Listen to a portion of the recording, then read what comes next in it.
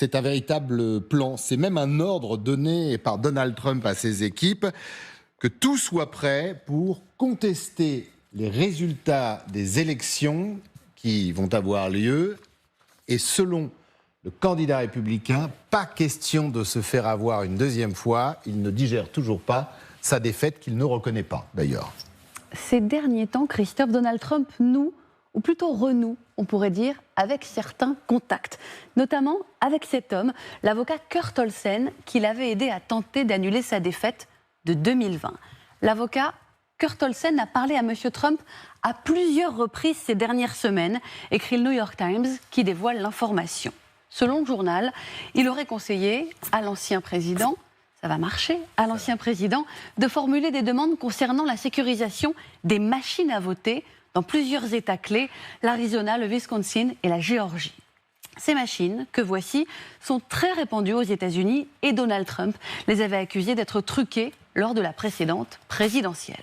Son avocat aurait d'ailleurs commencé à agir en ce sens, en amont de l'élection, via un premier courrier adressé le 19 septembre dernier à la procureure du comté de Maricopa, dans l'Arizona. Dans cette lettre, obtenue par le New York Times, il assure que les machines à voter du dit comté ne sont pas correctement sécurisées. Et le 28 septembre, un autre avocat, Denis Wilenchik, lui a emboîté le pas sur le même thème via un autre courrier transmis à la même procureure, laquelle lui a finalement fait une réponse de 22 pages, soulignant que son modèle, l'ancien avocat du président Kurt Olsen, avait déjà fait l'objet de sanctions pour poursuites frivoles et fausses allégations. Laura, vous écoutez, la pression de Trump a bel et bien commencé. La preuve, les Républicains ont déjà plus largement déclenché une vague de poursuites judiciaires pour contester en amont les règles et les pratiques de vote. Fin septembre, le nombre de litiges intentés par des groupes républicains sur l'année se portait à 90, un chiffre bien supérieur à celui de 2020, à la même époque.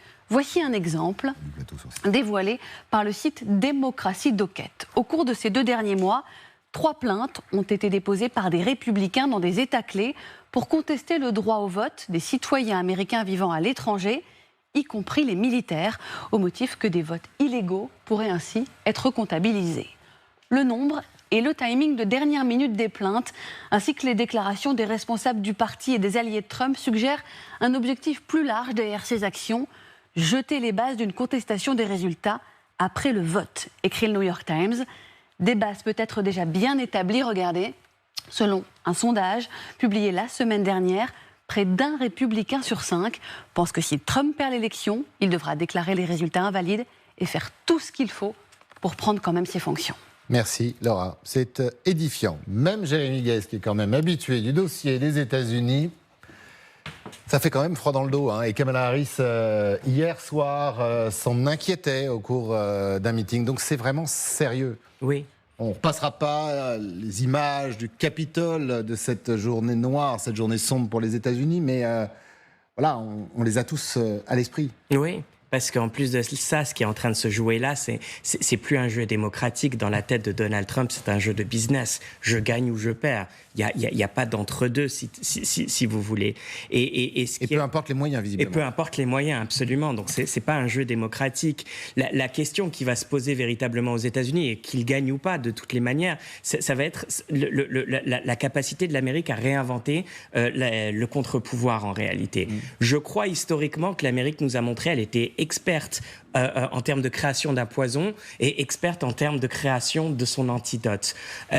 Ce qui nous surprend, je pense, collectivement, c'est que le contre-pouvoir, il venait de l'opposition. Là, ce que vous avez dit sur John Kelly, je pense aussi au président de la Cour suprême, je pense à toutes ces figures politiques républicaines qui pourraient incarner un contre-pouvoir qui transcenderait les fractures habituelles entre démocrates et républicains. Ça, c'est ça qui va jouer dans l'après-novembre, indépendamment du résultat. Alexandre, votre analyse. Quand on sait que le vice-président désigné est encore pire, peut-être...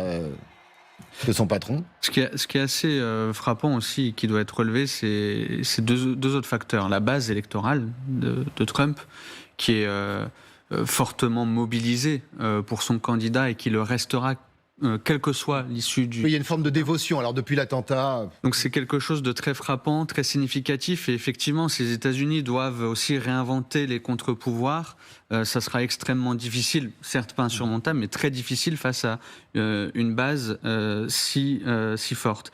Et ensuite, il y a un autre facteur, ce sont les ingérences russes. On dit d'ailleurs que certains écrivent même que Trump est à la solde de Moscou. Ouais. Alors en tout cas, les ingérences russes, elles sont à l'œuvre depuis un certain moment aux États-Unis. C'était déjà pour faire basculer l'élection. Scrutin. C'est le cas en ce moment même, et ça sera le cas post-scrutin. Et là encore, quel que soit le candidat élu, la Russie aura tout intérêt à diffuser. Et cette ingérence, elle se fait sur la base justement pour toucher le vote. Alors pour toucher le vote, pour l'influencer, et ensuite pour diffuser, disséminer quelque chose de négatif dans la population américaine, puisque l'objectif des dictatures que Donald Trump admire, c'est de détruire de l'intérieur les démocraties et donc les élections. Et donc, il y a quelque chose d'assez inquiétant. Plus la base conteste les élections, plus la démocratie est remise en cause. Donc, il y a quelque chose d'assez inquiétant aussi de ce point de vue-là, post-scrutin, puisque la radicalité des discours, elle profite aussi aux dictatures qui veulent s'en prendre à nos démocraties pour défendre leurs propres intérêts et définir ce fameux nouvel ordre mondial. Ce qui est terrible quand même, c'est que tous ces dictateurs, c'est celle, et on l'a entendu de la bouche même de Donald Trump, Magali, qui l'admire. Oui, et pour abonder dans votre sens, hier, il y a eu un briefing des services de renseignement américains qui est relayé dans la presse américaine aujourd'hui, où justement, les services de renseignement s'inquiète énormément de la déstabilisation qu'il voit à l'œuvre et qui est décuplée de la Russie dans ce scrutin, avec des fausses vidéos, notamment sur Tim Walz, le colistier de Kamala Harris, qui aurait soi-disant, tout est faux, eu des comportements inappropriés avec ses étudiants lorsqu'il était prof et coach. Et les services de renseignement américains s'alarment notamment de cette volonté de mettre à bas en fait les fondements de la démocratie américaine pour essayer d'encourager à la violence post-scrutin. Mais les Américains ne se rendent pas compte que le levier est Donald Trump ou une grande partie des républicains ? Aujourd'hui, chaque camp est tellement convaincu, il y a tellement de vérités finalement, deux narratifs qui se font face, que de toute manière, le camp de Trump n'écoute plus le camp Kamala Harris. Et inversement.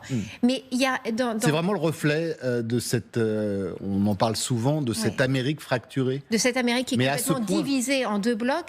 Les services de renseignement américains disaient notamment hier qu'il y avait une période qui était extrêmement dangereuse pour les États-Unis. C'était entre le 5 novembre et justement la mi-janvier, lorsqu'il y aura l'investiture normalement du nouveau président, parce que là, on rentre quand même dans une parenthèse qui est celle de la fragilité finalement américaine, et qu'en fonction des résultats, évidemment tout changera.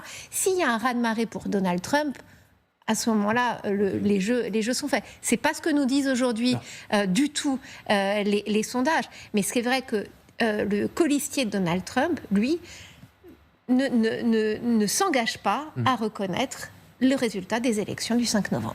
Oui, je crois qu'il est beaucoup plus jeune et pour certains largement pire que son patron. Le problème, Jérémy Guez, c'est qu'on parle des États-Unis, pas d'un petit pays au fin fond de je ne sais où. Et là, ça change la face du monde, en fait. Ouais. Et c'est frappant ce que vous dites, parce que dans mes conversations, à la fois ici, avec des... C'est pire que le Far West. Souvent, on dit que les États-Unis, c'est le Far West, comme pour la construction ou l'usage des armes. C'est pire que ça, il n'y a plus de code. Oui, effectivement, mais ce qui est encore plus frappant, c'est que dans toutes nos conversations à propos des États-Unis en Europe, j'ai le sentiment de plus en plus que quand nous parlons des États-Unis, nous parlons en réalité de nos propres faiblesses à nous, Européens. Et on parle effectivement de qu'est-ce qui va se passer en Ukraine, qu'est-ce qui va se passer au Moyen-Orient, sans ce leadership américain. Et peut-être qu'il est l'heure, désormais, c'est peut-être en retard, mais il est l'heure désormais qu'il y ait un véritable réveil européen, de se rendre compte que l'Amérique n'est plus ce qu'elle était et qu'elle elle s'imagine elle-même, elle dit un récit d'elle-même bien différent de ce qu'elle a incarné pour nous, notre génération. Et ça, il va falloir l'intégrer dans notre discours politique européen. Et les Américains dans tout ça? Les Américains vont probablement continuer. Quand on est à ce point ancré pour certains, et notamment chez les Républicains qui nous balancent le 2e amendement à tout bout de champ, c'est une partie de leur pays et de leur liberté qui part. Ouais. Mais ils vont Et notamment celle d'expression, ouais. si chère à Donald Trump. Et Magali l'a très bien dit, ils vont probablement continuer à vivre dans ces deux bulles qui peuvent nous sembler complètement incompréhensibles, mais ces deux bulles dans lesquelles, finalement, vous ne serez convaincu que par les choses par lesquelles vous êtes déjà convaincu en quelque sorte, et rarement vous aurez l'opportunité de changer d'avis.